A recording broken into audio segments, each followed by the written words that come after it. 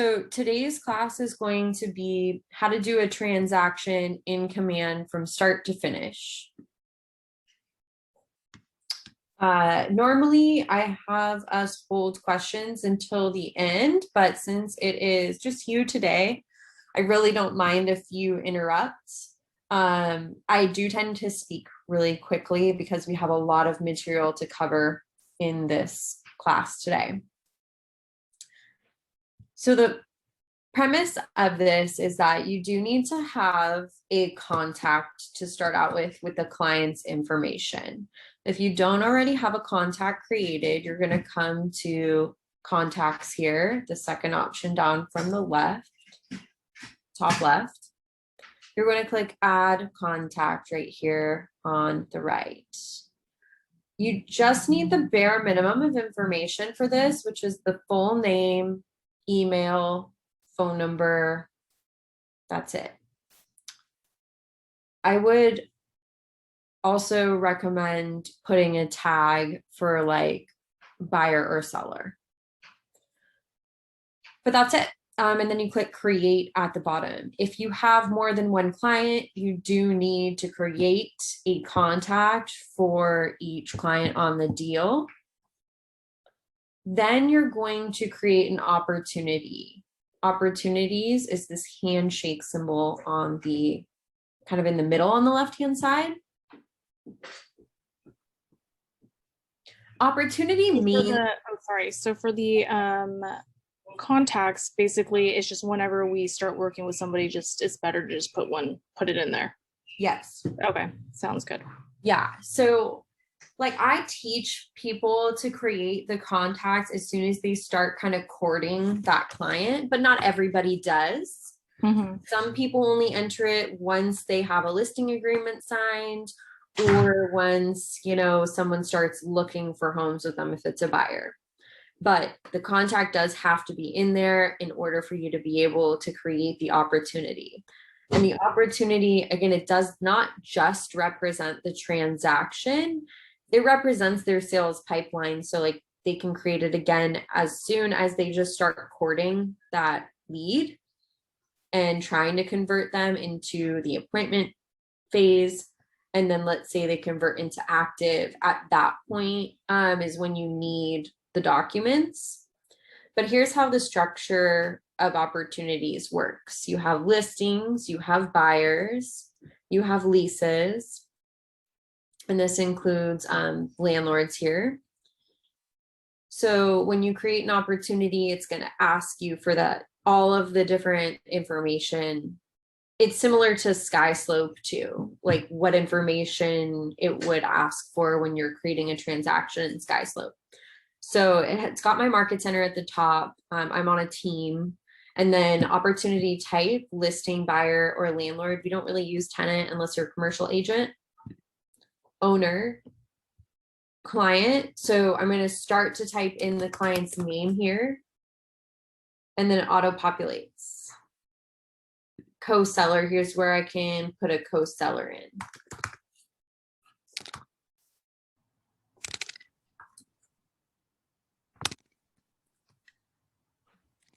So you should be able to find them. Sorry, I'm having trouble there. But if you have more than 2 clients on the transaction, you're going to have to note the 3rd, 4th plus clients elsewhere. I'll show you where you can do that in just a moment. Opportunity name, if it's a listing and you have the address, I would recommend also adding the address to the opportunity name. Custom tags are for your convenience only. You may want to use it to keep track of single family homes you sell or condos or luxury listings or BMR. But it's up to you what you want to use custom tags for. And these custom tags that you see here on opportunities are separate from the tags on a contact. These are opportunity tags right here. Estimated close date, estimated listing price, commission rate, and you're just putting your side of the commission rate in here.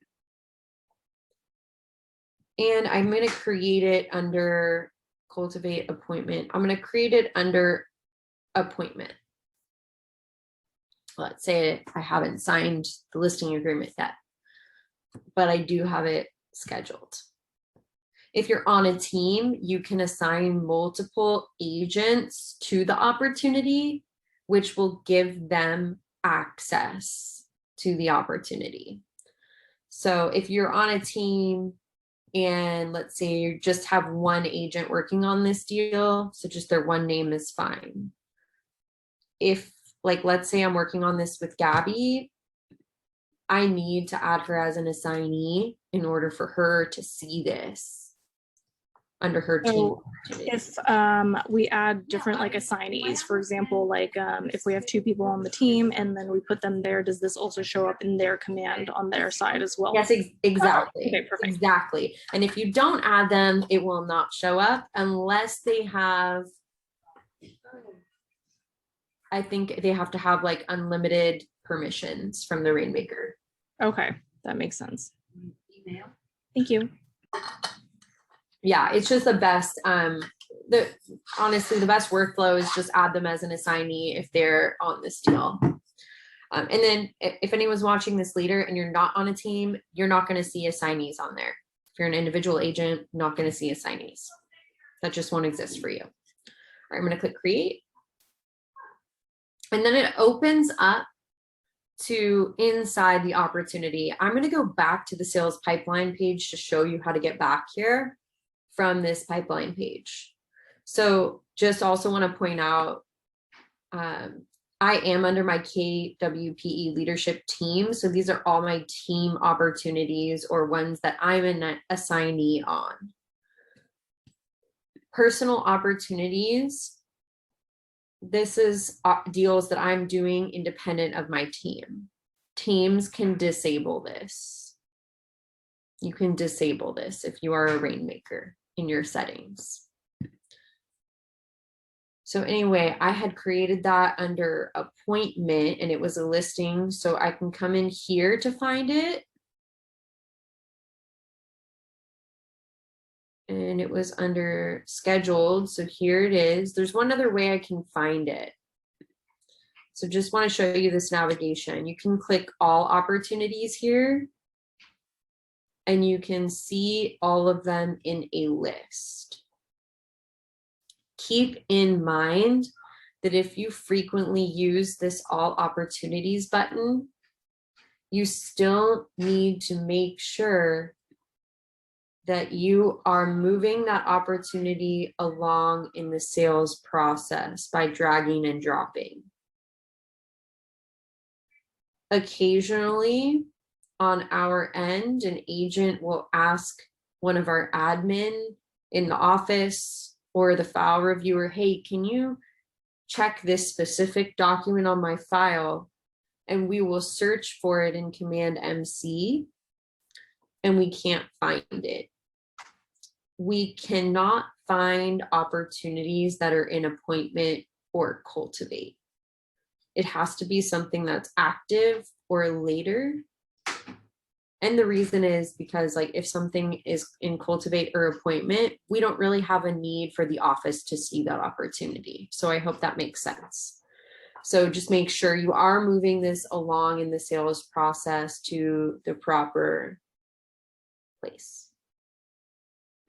And now we're under contract. Where did it go? Did I lose it? Here it is. All right, so I'm going to click on Nicole's name here where it's hyperlinked to get back inside the opportunity to the details section. Okay. All right, I'm going to click edit here to show you all of the fields that we can fill out. We already went over custom tags and the contacts. And here you can edit the opportunity phase and stage and move it along in the sales process. Time frame, 1 month. I already have the estimated close date. Appointment scheduled, appointment date. Agreement 1 would be like the listing agreement. So let's say that I want it today. And we are not in contract yet. Okay, well, let's just say the contract date is also today.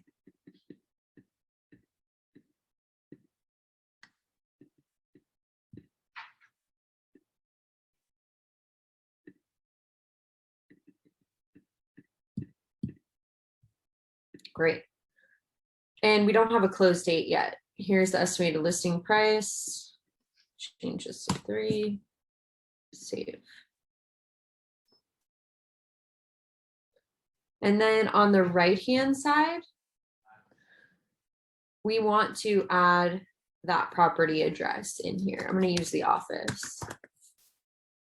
It is searching for addresses on Google Maps, and it's cross-referencing what it finds on Google Maps here. Just know that if you have an address with a unit number, Google Maps will not have the unit number. So find the address before you type in the unit number, and then go ahead and add the unit number here. Click in there and add it if there is a unit number. Click save when you're done. And on this seller's worksheet, you can put in the opposite side of the transactions commission if you want to, but really here's the seller's commission, and it pulled that from where we filled it out on the left. All right, seller profile is where we're going to go to next. This just tells you if the client is registered on the consumer website, which is mainly for buyers to do property searches. And the document section. I know that this is the exciting part that everyone's been waiting for. So on this transaction, I already have a file checklist selected. However, you won't have that by default. So you're going to click this button here. It'll say select checklist. And you can choose from what is on this list. Note that when we selected listing initially for the opportunity type, that determined what checklists we see here. So I'm only seeing listing checklists here. If I had selected that this was a buyer opportunity, it would only show me buyer checklists here. So that's clear to everybody. And also, if you made a mistake and accidentally created a buyer opportunity instead of a seller opportunity, that's something you cannot go back and change. You need to archive that opportunity and then create a new one. So you won't be able to change that after it's initially saved. All right. And by the way, on the checklist, if you select the wrong one to begin with, you can switch and this message will appear. Warning, changing the checklist type will reset your compliance progress for the checklist. Your documents will be retained to the current checklist, but you will have to attach all documents to your new checklist type and resubmit. Are you sure you want to do this? So I hope that makes sense. It's going to give me the new checklist I want, but it's not going to have my uploads on there. We're going to move forward. Okay. So here on this checklist, we have 3 sections on the left-hand side listed under contract and closed. For a buyer, it does say something similar. I think it says contracts under contract and closed. And contracts would be like the buyer seller, or I'm sorry, the buyer broker agreement. If you have that, you could upload that, but there's no required documents in the first section for a buyer. In the listed section here are all the checklist items in the middle of my screen. I can see that the status for everything is not uploaded because I just selected this checklist. It says the requirement, so that's whether it's required. If it's conditional, it'll say if applicable. And there's this little info button with a note that says kind of when it might be conditional: power of attorney, trust, corporate resolution, probate order. So if it's not that type of transaction, then I don't need authority documents.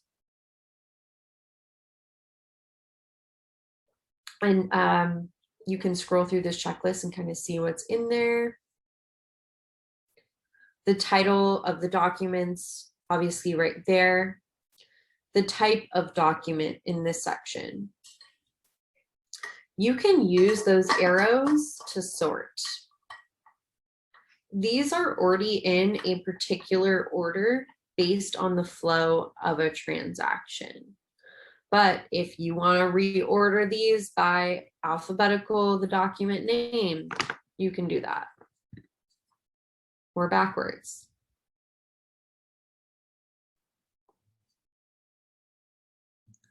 So, and that will change the order that they show up here. All right, back to the top here. I did want to show you, there is this add item button. You can use this to add an item that's not on the checklist that needs to be uploaded. If you have an additional addendum and there's no place to put that on the checklist, you can click add item, enter the document name, the document type. An additional note, maybe you explain why you needed to add it, and then you can upload manually.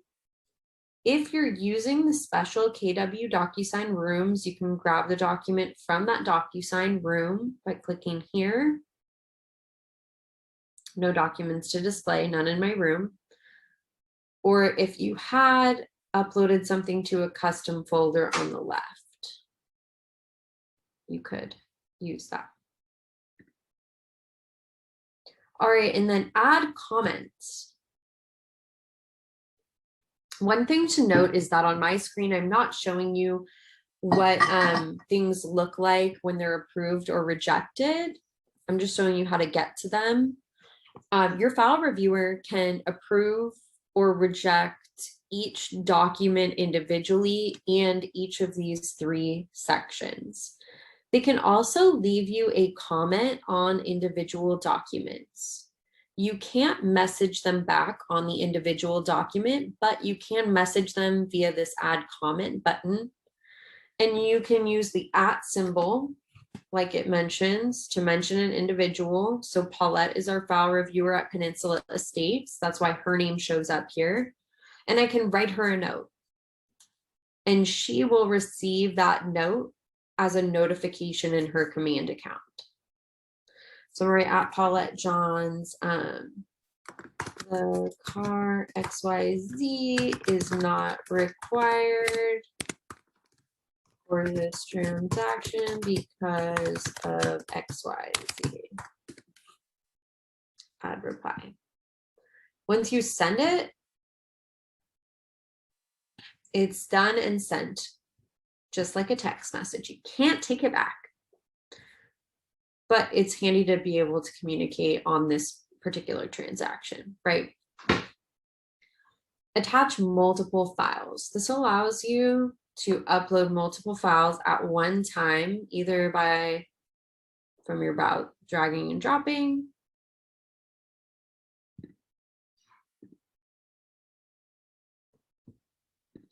or you could do it from your DocuSign room, which we will get into. I don't really have very many things I can even attach here. So you can do up to 10 at one time. I probably wouldn't do more than that at one time. So up to 10 and then attach, and it will connect all those documents at one time.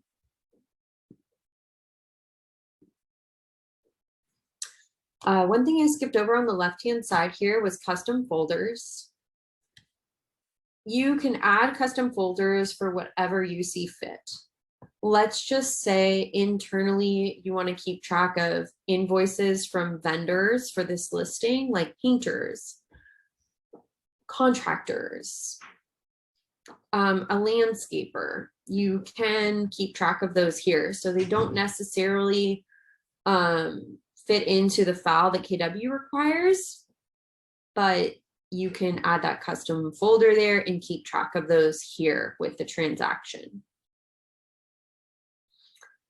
All right, any questions so far?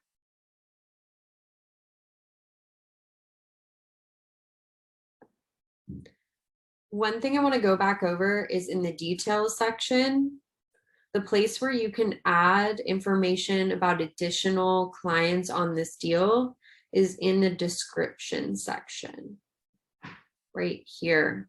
You can add a note like that by clicking this edit button.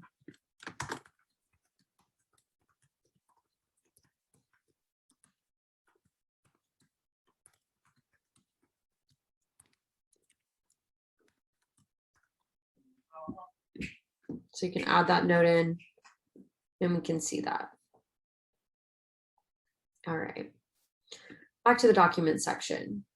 If you want to use DocuSign Rooms with this transaction, once you create the opportunity and come to this section for the first time, there will be a button in this corner and it's dark blue for you. If this is the first time you've come here and it says Start Transaction, you will click that and it will prompt you to log into the special KW DocuSign accounts.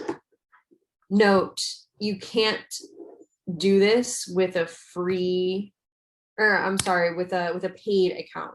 You can only use this specific connection with command with the special KW DocuSign accounts.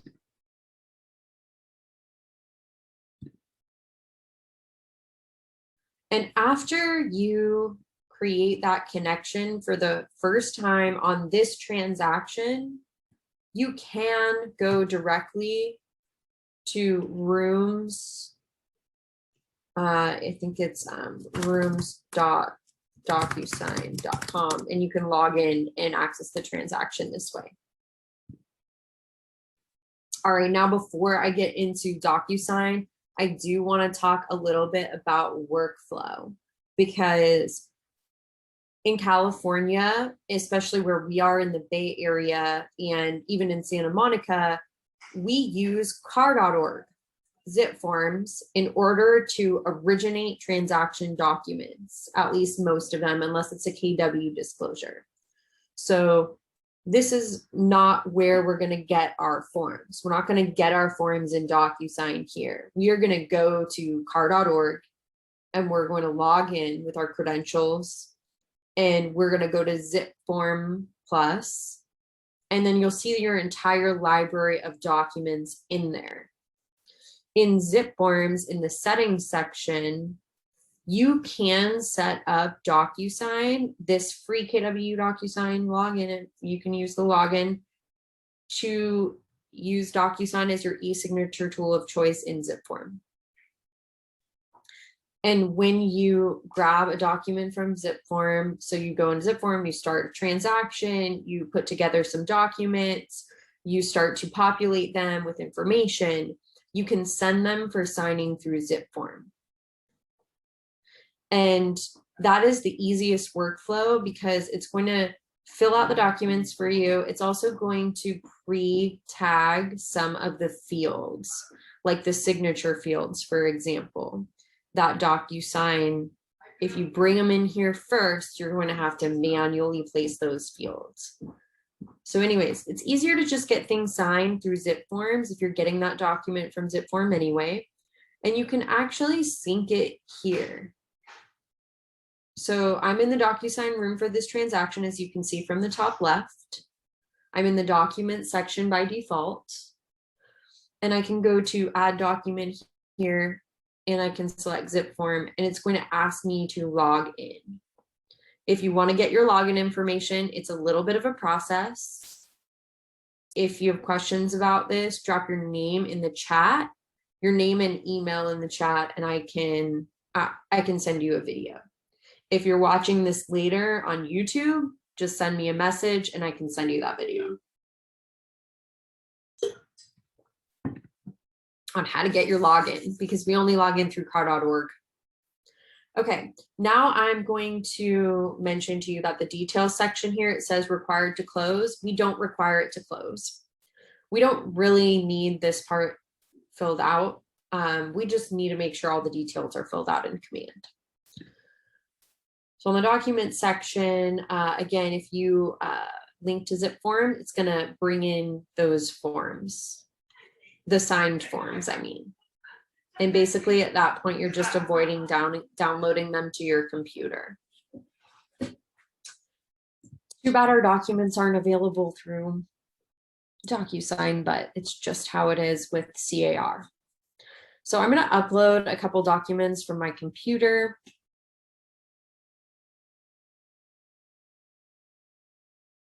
Let's see if I can find some PDFs.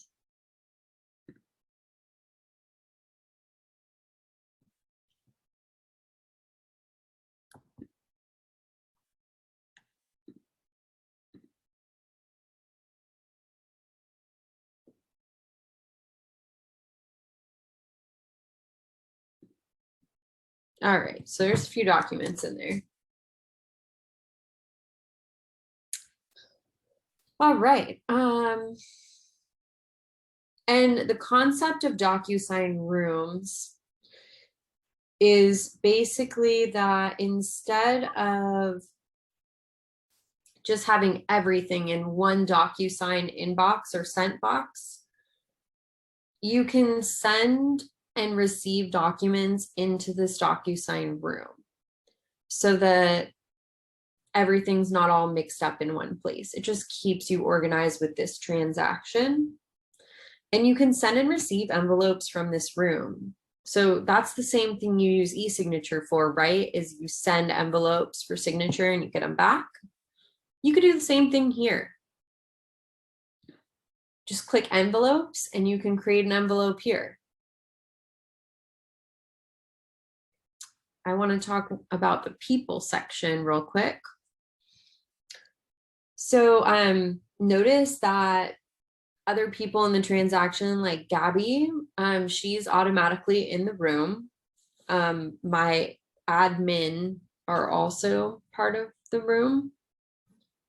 I can invite another agent from KW into the room.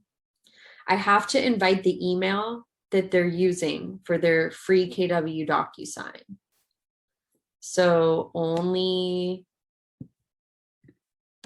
the only people that can be part of this room and have access like I do are people using their free KW DocuSign accounts. I can't add a person and give them the same permissions to look through the forms if they don't have a DocuSign account that's within our organization. And I can tell I'm using that free KW one because it says KW in the top right corner. All right. And then messages. So this is between team members on this transaction within rooms. And then history tells me what each person has done in the room. All right, I'm going to go back to documents here. DocuSign Room has a couple really cool features. One of those features is the ability to split documents. So I'm going to show you how to do that. First, you click on a document. Let's see how many pages this is. 2. And then in the top right corner, you can click Document Actions and split the third option down.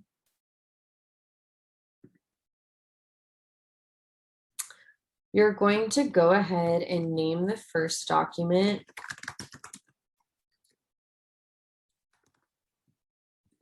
And then you can select it here on the right, or you can type out what page it is. And if you don't know what the title is, when you're looking at, let's say, a 400-page packet in here, you can just hover over it with your cursor towards the top, Alarm Agreement Amendment. And then I want to add another document.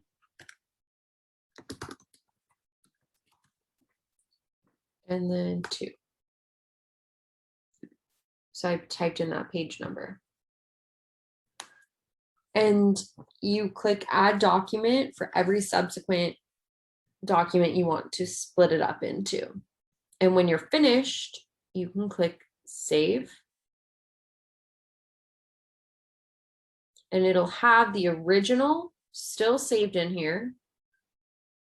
And it'll have that first page and the second page that I split up, named separately. If you want to, you can combine documents in here. How to do that is you click this circle on two things, and then these tools appear. You can combine. There are a lot of features here in DocuSign Rooms. You can delete, or you can archive, unarchive, download, start creating an envelope using what I have selected here, email, move it, like maybe to another room, copy. Now we also do have, if you click your initials in the top right corner, you do have access to switch to e-signature. So you have regular e-signature also through these free KW accounts.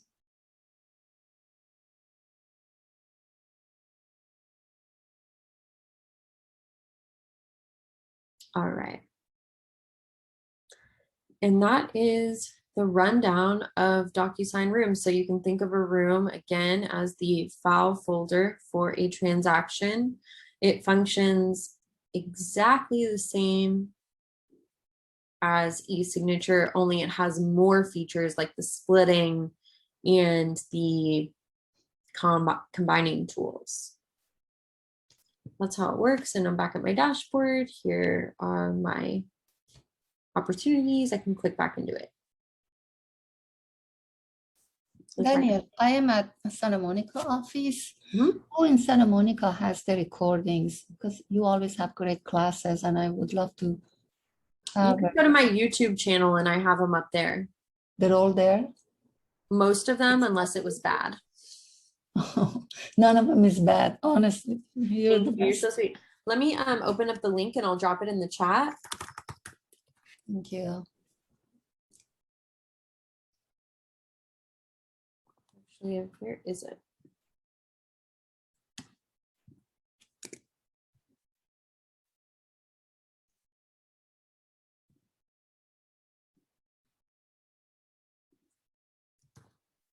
Oh, wow. I have a bunch. Yeah. So I just dropped it in the chat for you. Thank you so much. You're welcome. I'm gonna grab it from the chat. Yeah, I've been doing this a while, so I always try to record so that people can watch in the future or rewatch and just get the most out of it that they can.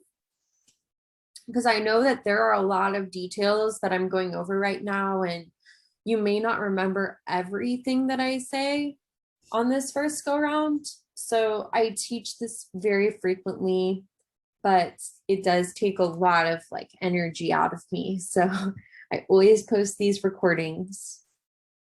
Yeah, thank you so much. You're welcome. So I'm back in commands now. And just to recap, after that first time, you can click this go to transaction button to get back into DocuSign or to this DocuSign room. But you can also log in directly after you initially create the room. You can log in directly at rooms.docusign.com. And then once you have a few documents in your room and you're ready to add some things to your checklist, you can utilize again that attach multiple files button if you like. Select from DocuSign. It's going to pull up all the documents in the room, so you can start connecting them with the appropriate checklist items. Okay.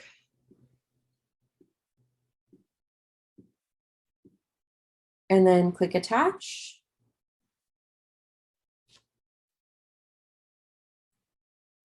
And again, I don't recommend attaching more than 10 things at a time, and then give it a moment or two, even after it gets to this page and it all looks complete. Give it a minute to make sure that everything's uploaded and to check on that. When you are finished uploading all the required documents in a section, you can click the Submit to MC button. And then it will send to your compliance person to review all the documents in that section. Submission successful. And now my status is submitted and there's nothing more for me to do. I can update this section if I want to, and she'll see those additional documents. But right now it's just submitted. And when she has checked it, the status in the listed section will change. And it will either be accepted, rejected, or returned. And then she'll probably have a note as to why, either probably on specific documents. Or they'll be marked as returned or rejected with a reason. So that's how it would come back to you, the TC or the agent. And then you will move on to the under contract section and you will work on those documents and getting them uploaded. After you ratify, probably after inspections and maybe even after contingencies are removed, you're then probably ready to do the commission request. To do that, you come to offers and commissions. You first need to add an offer.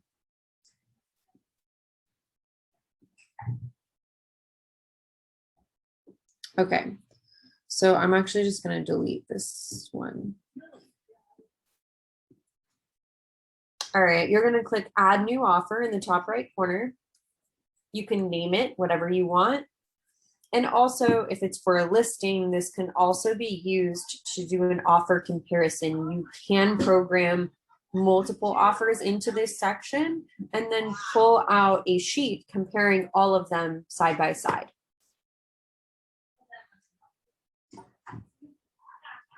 I'm going to title this offer number 1. Create offer date and close date. So let's say the close date is going to be August 31st. And let's say the offer date actually was like a while ago and it's just a really long close. Again, you don't really have to do this part until you are ready to receive the demand. This is going to trigger your market center to send you the demand after you complete this section. Parties, you do need to enter in the buyer name and the agent name on that side of the transaction.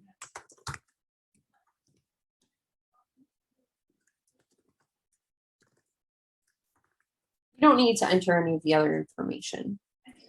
And then your side of the deal is going to auto populate here. You can click forward at the bottom to terms. All right, you're going to put in the cash amount and the finance amount. And then the sales price is going to calculate based on those two numbers being added together. So the sales price is there. Type in the earnest amount, which is usually about 3%. If you have a dollar amount, earnest amount, and not a percentage, just go ahead and type that in there.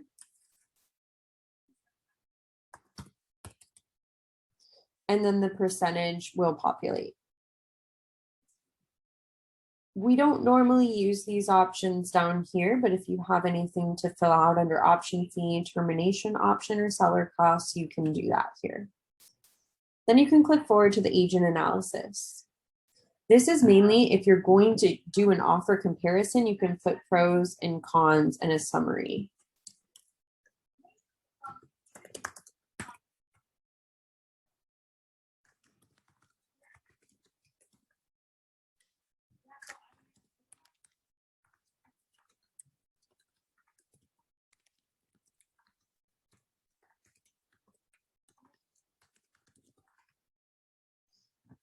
So I'm putting some notes in here just to do this demonstration with you. We're going to add in one more offer. We're going to call this offer number 2. Create offer. Offer date. Let's see, it's a week ago. And let's say, I mean, typically offer date, we'd be doing these comparisons today on the offer date. And then this one's going to close by end of July. Then we'll move forward to parties. And here's where I'm going to fill out the name.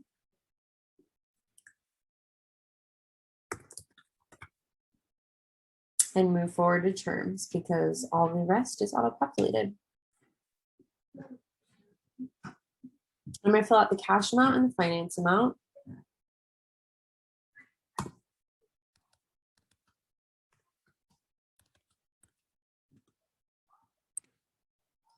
And then the earnest amount, let's do 3%. And again, the rest you don't have to fill out unless you have something to put there. Pros, I'm going to put it's a quicker close. Cons are that it's a lower earnest amount.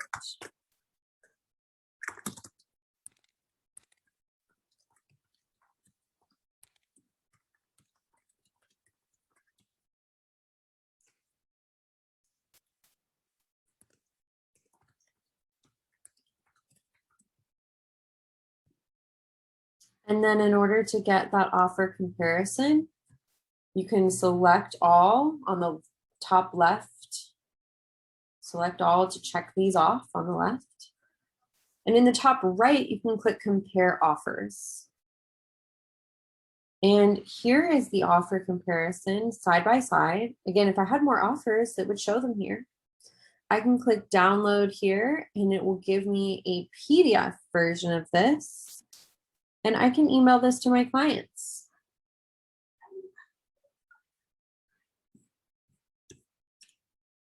So here it is. Pretty cool. I love this. All right, I'm going to click back to offers now. And we are going to go ahead and select that quicker close offer and click accept. Once you click accept on an offer, you can then click on to manage commission. But before that, this button did not appear. So you do have to accept an offer in order to submit that commission request. Click manage commission to move forward in filling out that commission request. This page gives me the general information at the top, like the sales price, commission rate, total commission, total units, contract date, closed date. The contract date and the close date pulled from that offer. So let's just say it's actually going to take longer to close. You can edit that general information here if you need to. So if the closing's delayed for some reason, you can edit that date to make sure it's accurate.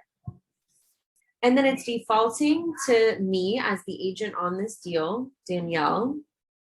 Here's my information. And then here's my information about my cap. So that's my royalty cap. And then this is my company dollar cap. Now notice that it says 0%, 0%, but there's this yellow line here. The yellow line is actually representing what I'm paying into my cap on this transaction. So I'm almost capping on my royalty with this transaction, because don't forget the royalty comes off at a rate of 6% until you pay off the $3,000 royalty.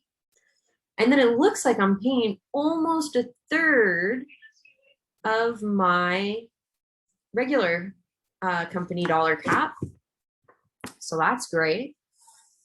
But the percentages, they don't show anything here. I know KW is working on updating this. So if you're watching this in the future, this may be changed for you.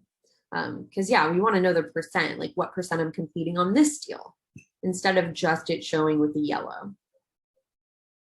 And here is my breakdown. So it's showing how much I'm paying in royalty. I'm paying $2,700. It's showing how much I'm paying in company commission. Now that's automatic. That's based on what's in our back end system, Winmore, as you're split with us. So I can't go in and change it. Otherwise, I'd probably change it to 100%. So anyway, that's taken out automatically. You can add things like edit agent payment. You can add things like a deduction for broker resource law group. So here's that breakdown. I can add KW Cares, KW Kids Can, a Bold Scholarship. I'm going to click add item at the bottom in order to add a deduction for broker resource law group, which we pay $129 per transaction. I'm going to choose type as deduction, and it's $129.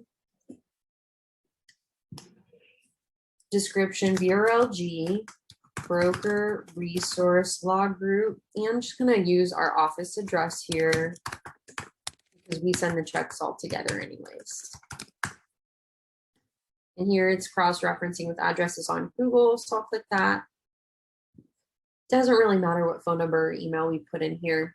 And then I'm going to click add. All right, so now that's added under additional deductions. If you have a transaction coordinator fee, you can add it in that same way, that same exact way.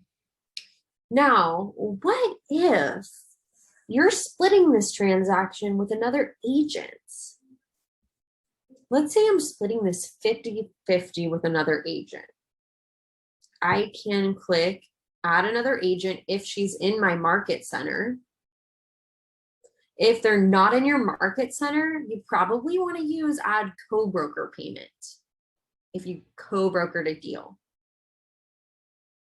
There is also, if you go to edit agent payment, there's a way under add item, you can add a referral in here. So it's right here, outside referral. We don't use the inside referral button. Instead, you could use an add another agent button. If they're inside your market center, you can find the other agent like that. So if it's an outside referral, you do need to know the percent of the referral or the amount, tax ID of the broker for the agent, and then the broker company name and the agent name and their office address. So you need all this information in order to process this outside referral. So that's how that works. I'm going to click add another agent here to add Gabby Coin to this deal. Oh, maybe not.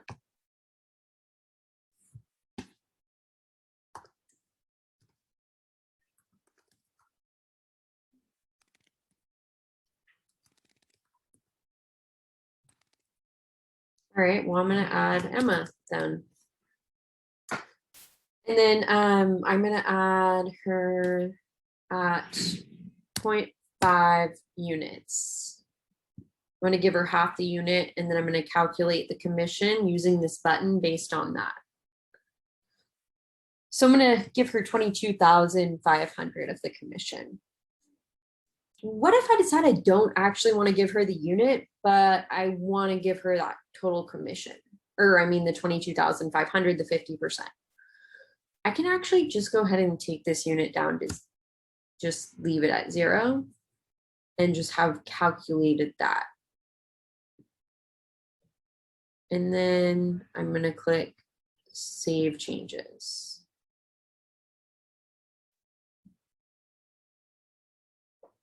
Okay, so let's see here. On the right-hand side,